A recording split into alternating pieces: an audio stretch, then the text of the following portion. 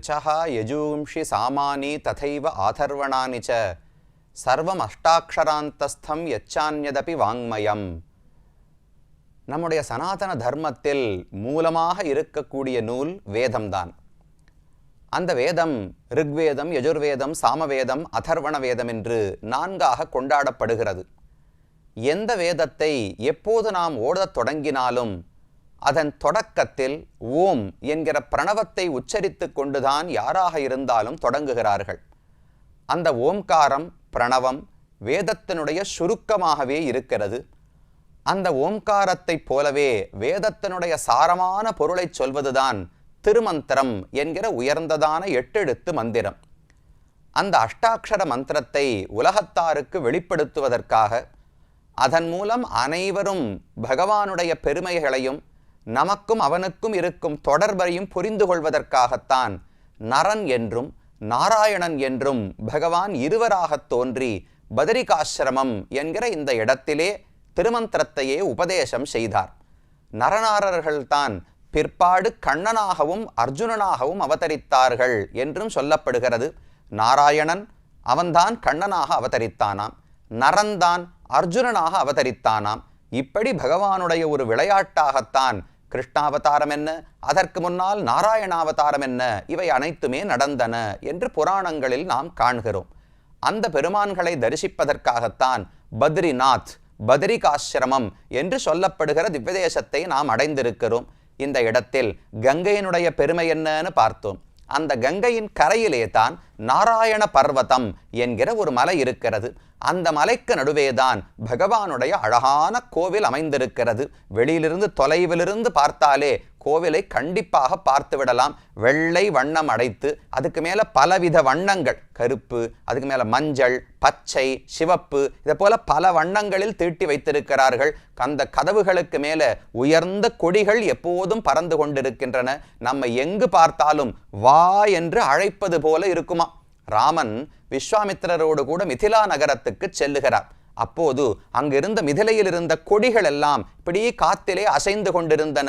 அப்ப கம்பர் பாடுகிறார், வெறும கொடிகள் எல்லாம் அசையவில்லை, ராமனை பார்த்து ஒல்லை வா, ராமா காலதாமதம் வேண்டாம், சீக்கிரமா உள்ளவான்னு கொடியெல்லாம் இப்படி கையை காட்டி அசைச்சு கூப்பிடுறதாம். அதை போல நாமும் பதரிக்கு போகும் பொழுது ரொம்ப தூரம் கஷ்டப்பட்டு பிரயாணம் பண்ணி இருப்போம். போய் கடைசியில மலை ஏறி பகவானுடைய சந்நிதி கண்ணில் படும் பொழுது இத்தனை நாட்கள் பட்ட கஷ்டமெல்லாம் மனசுல இருக்காது. அடுத்து பகவானை தரிசிக்க போகிறோம் என்கிற ஆர்வம் தான் பிடித்து கொள்ளுகிறது. ஆனா நேர பகவானுடைய சந்நிதிக்குள் போவதற்கு முன்னால் நீராடி விட்டுத்தானே செல்ல வேண்டும். ஐயோ சுவாமி, அதுதானே ரொம்ப கஷ்டம். தண்ணீரை தொடாமல் இருந்தா பதரிகாசிரமத்தில் கூட உயிர் வாழ்ந்துடலாம். ஆனா தண்ணீரை தொட்டோம்னால் அது 0 டிகிரிஸ் இருக்குமா, அதை விட கம்மியா இருக்குமான்னு தெரியாது. அவ்வளவு குளிர்ந்ததாகத்தான் தண்ணீர் இருக்கிறது. ஒன்று குளிச்சுட்டு வரணும்னால் ரொம்ப கஷ்டம். அலகநந்தால குளிக்கணும். நியாயமா இவ்வளவு தூரம் வந்தது, புனித நதியில் நீராடி வேண்டும், அலகநந்தால குளிக்கணும்னு போனோம்னால் திரும்ப வருவோமான்னு தெரியாது. அப்படி விரைக்கக்கூடிய குளிரில் தான் இருக்கிறது. அப்ப எப்படி சுவாமி குளிக்கிறது? குளிக்காமையே தள்ளிடலாமான்னால் அதற்காகவே பகவான் கருணையோடு ஒரு ஏற்பாடு இந்த இடத்துல செய்து வைத்திருக்கிறார். இந்த கோவிலுக்கு அருகிலேயே தப்த குண்டம் என்று ஒரு அழகான இடம் இருக்கிறது. தப்த அப்படின்னா கொதிப்பதுன்னு அர்த்தம். குண்டம் அப்படின்னா ஒரு நீர்நிலை. அப்ப கொதித்து கொண்டிருக்கக்கூடிய ஒரு நீர்நிலை. தானாக இயற்கையாகவே ஒரு வெந்நீர் ஊற்று இந்த மலையிலே இருக்கிறது. சுத்தி எல்லாம் குளிர்ந்து இருக்கும். எங்கேயுமே நம்ம கையை ஸ்வெட்டருக்குள்ள வச்சுட்டு போமோ இல்லையோ, அதுல இருந்து வெளியில எடுத்தோம்னா 2 நிமிஷத்துக்குள்ள கையெல்லாம் விரைச்சு போயிடும். கையெல்லாம் அசைக்கவே முடியாது. அப்படித்தான் வெளியில குருள் இருக்க போகிறது. ஆனா அதற்கு நடுவிலே தன்னுடைய பக்தர்கள் ஆனந்தமாக நீராட வேண்டும். ஒரு வெப்பமான இடம், பெரிய ஒரு மறுபூமி இருக்குன்னு வச்சுக்கோங்களேன். இது ஒரு பாலைவனம் இருக்கிறது என்றால் அந்த சுட்டி எரிக்கக்கூடிய பாலைவனத்துக்கு நடுவில் குளிர்ந்த நீர்நிலை இருந்தா எவ்வளவு ஆனந்தமா இருக்கும். அப்படியே ஓடி போய் அதுல குடித்து குளிர குடைந்து நீராட வேண்டும் என்று ஆசைப்படுவோம் இல்லையோ. பகவானும் அதை போலத்தானா. ஏஷ பிரம்ம பிரவிஷ்டோஸ்மி கிரீஷ்மே சீதமிவ ஹ்ரதம் என்று புராணம் தெரிவிக்கிறது. உலகம் சம்சாரம் தான் ஒரு கொதித்திருக்கிற பாலைவனம். எங்கேயுமே நமக்கு ஆனந்தமே கிடைக்கவில்லை. அதுக்கு நடுவில் ஆனந்தத்துக்கான ஒரே ஊற்று குளிர்ந்த ஒரு குளத்தை போல, நீர்நிலையை போல பகவான் இருக்கிறார் என்று புராணங்கள் சொல்லுகின்றன. இங்க அப்படியே மாத்தி வச்சுக்கணும். சுத்தி எல்லாம் குளிரா இருக்கு, தப்த குண்டம் மட்டும் கொதித்து கொண்டிருக்கிறது. அதில் இறங்கி குளிச்சோம்னால் கஷ்டமில்லாமல் குளிக்கலாம், ஆனால் பத்திரமா குளிக்கணும். ஏன்னா இந்த உடம்புக்கு இந்த சட்டென்று தட்பவெட்ப மாற்றத்தை ஏற்றுக்கொள்ள முடியாது. வெளியில குளிர்ல இருந்து விட்டு அப்படியே போய் குதிச்சோம்னு வச்சோங்களேன், மயக்கமே போட்டு விழுந்துருவோம், எழுந்திருப்போமானே தெரியாது. அப்ப அந்த கரையில் அமர்ந்து கொண்டு முதல்ல காலை மட்டும் தப்த குண்டத்துல உள்ள விட்டுக்கணும். இப்படியே காலை அசைச்சு அந்த தண்ணீர் எடுத்து உடம்புல மேசா தெளிச்சுக்கணும்.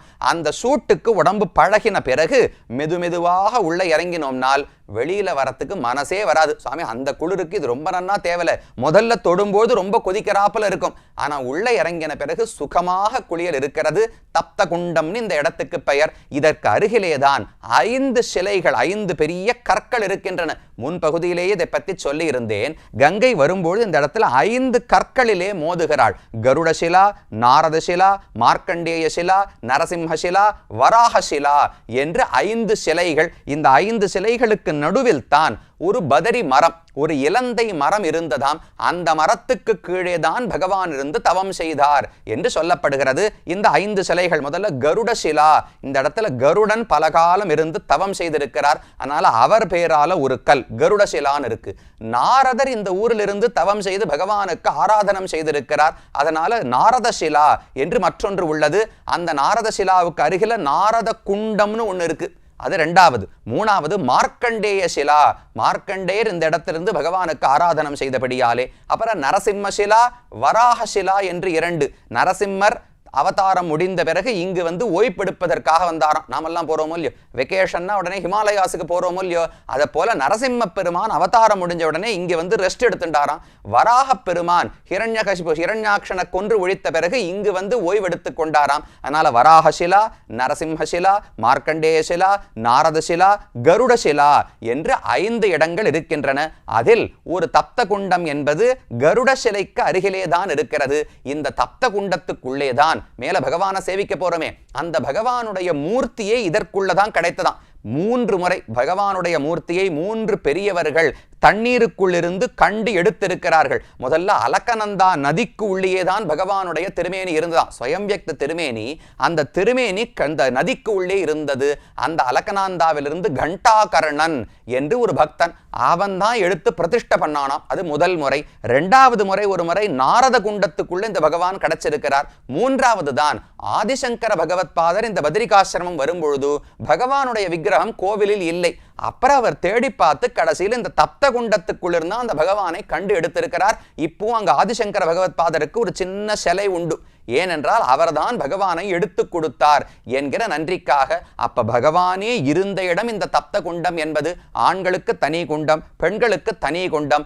ஆனந்தமாக நீராடிவிட்டு கஷ்டமே வேண்டாம். இப்படி சுத்தி குளிராக இருக்கும் போது பகவான் வெப்பத்தை கொடுக்கிறார், சுத்தி வெப்பமா இருக்கும் போது அவர் குளிர்ச்சியை கொடுக்கக்கூடிய நிழலை தரக்கூடிய மரமாகவோ நீர்நிலையாகவோ இருக்கிறார். அப்படி பக்தனுக்கு என்ன வேண்டுமோ, உன் அடியார்க்கு என் செய்வனே இருத்தினி என்று ஆழ்வார் பாடுகிறார். பக்தர்களுக்கு என்ன பண்ணலாம் என்றே பகவான் யோசித்துக் கொண்டிருப்பாராம். அப்படி தப்த குண்டத்தையும் ஏற்பாடு செய்து வைத்திருக்கிறார். இங்கு நீராடி விட்டு ஒரு 20 படிக்கட்டுகள் ஏறி பகவானுடைய சன்னிதானத்துக்குள் நுழைந்தோம் என்றால், முதல்ல சுத்தி வந்தோம்னால் ஒரு கருடனுக்கு சந்நிதி உள்ளது தனியாக. பெருமானுடைய சந்நிதிக்கு தவிர கருடனுக்கு ஒரு சந்நிதி உள்ளது.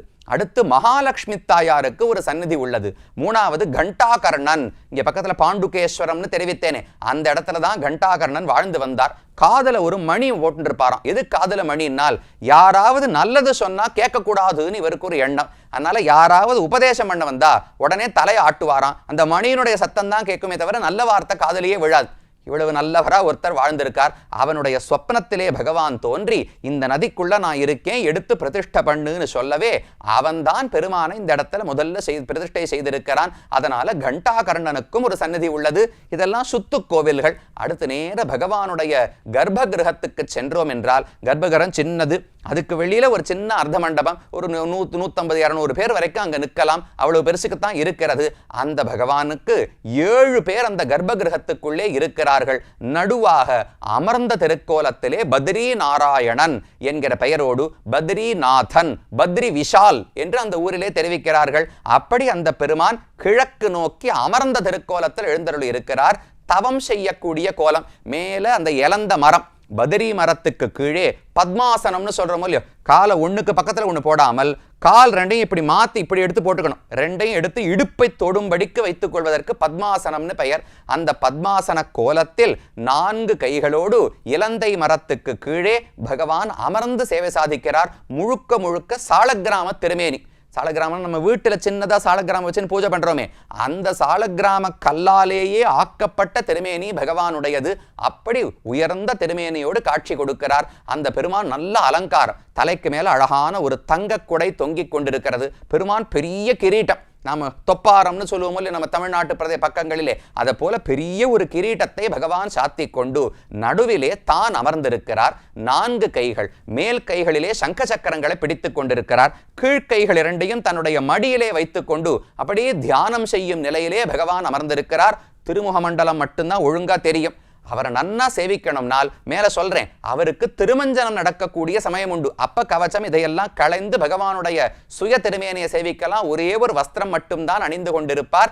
அப்ப சேவிச்சாதான் உண்டு. மற்றபடி பார்த்தா நிறைய மூர்த்திகள், நிறைய ஆபரணங்கள், அவருடைய முகம் மட்டும் கருப்பா தெரியும். பெரிய கிரீடத்தை சேவித்துக் கொள்ளலாம். இவர் நடுவிலே இருக்கிறார். அடுத்தது அவரோடு கூட 6 பேர் கர்ப்ப கிரகத்தில் இருக்கிறார்கள். முதலில் பகவானுக்கு வலப்பக்கம் பார்த்தால் ஒரு சின்ன மூர்த்தி கருடன் இருக்கிறார். கருடன் இங்க பல நாட்கள் வாழ்ந்திருக்கிறார்னு சொன்னேனோ இல்லையோ, அப்ப கருடனுக்கு தனி சந்நிதியும் ஒன்று உள்ளது. பகவானுக்கு அருகிலேயும் வலப்பக்கத்தில் கருடன் இருக்கிறார். அதற்கு பக்கத்தில் அவருக்கு வலப்பக்கத்தில் பார்த்தீர்கள் என்றால் ஒரு பெரிய முகம் இருக்கும். தலை மட்டும்தான், அவ்வளவு பெருசுக்கு ஒரு தலை இருக்கும். யாருன்னா குபேரன். கருடனுக்கு பக்கத்துல தான், இங்க பக்கத்துல தான் அலகாபுரி என்று குபேர பட்டணம் எல்லாம் இமாச்சலத்துல தான் இருக்கு. அதனால குபேரனும் அவருக்கு அடுத்து வலது பக்கத்திலே இருந்து கொண்டிருக்கிறார். இடது பக்கத்துல பார்த்தோம்னால் முதல்ல நாரதர் நின்று கொண்டு பகவானை வணங்கி கொண்டிருக்கிறார். நாரதருக்கு அருகிலே உத்தவர் என்று ஒரு பெரியவர், மிகச்சிறந்த பக்தர். கண்ணன் வாழ்ந்த காலத்தில், துவாபர யுகத்தில் கண்ணன் வாழ்ந்த காலத்தில் அவனுக்கு நெருங்கிய நண்பனாகவும் மந்திரியாகவும் இருந்தவர் இந்த உத்தவர் என்பவர். அவர் பகவான் கிளம்பி வைகுந்தத்துக்கு போகிறான் என்று கேட்டவுடனே பதறிப்போனார். கண்ணன் 120 வருஷங்கள் இருந்தாச்சு, புறப்பட்டு வைகுந்தத்துக்கு போக வேண்டும் என்று முடிவெடுத்து விட்டார். இந்த செய்தியை கேட்டு உத்தவர் நேர ஓடி வந்தார். கண்ணன் காலை கட்டி பிடித்து கொண்டு, கண்ணா நீ செய்வது நியாயமா? இவ்வளவு உன்னிடத்துல பக்தி அன்பை வளர்த்து விட்டு எங்களை விட்டு விட்டு நீ போனால் நாங்கள் எப்படி தரிப்போம்? துவத்வியோகேன தே பக்தாக கதம் ஸ்தாஸ்யந்தி பூதலே என்று கேள்வி. உன்னை விட்டுட்டு பக்தர்களால் எப்படி இருக்க முடியும்? நீ இங்கேயே எங்களோடு இருக்க வேண்டும் என்று கேட்கிறார். அப்ப பகவான் அவனுக்கு கண்ணன் நிறைய உபதேசங்களை எல்லாம் செய்கிறார். பாகவத புராணத்தினுடைய 11வது ஸ்கந்தத்தில் கிருஷ்ண உத்தவ சம்வாதம் என்று நீண்ட உரையாடல் சொல்லப்பட்டுள்ளது. அதனுடைய கடைசியில் நிறைய உபதேசங்களை பண்ணிட்டு அப்ப பகவான் கண்ணன் உத்தவருக்கு சொல்லுகிறார், நீ இனிமே இந்த பூமியில இருக்க வேண்டாம், இனிமே இங்க தர்மத்துக்கு இடம் கிடையாது. நாம் புறப்பட்டு போன உடனே கலியுகம் தொடங்கிவிட போகிறது. அதுக்கு மேல தர்மத்துக்கு இடமில்லை, நேர்மைக்கு இடமில்லை, பக்திக்கு இடமில்லை. நீ இங்கு இருக்க வேண்டாம், பதரிகாசிரமத்துக்கு போய்விடு என்று கண்ணன் சொல்லுகிறார்.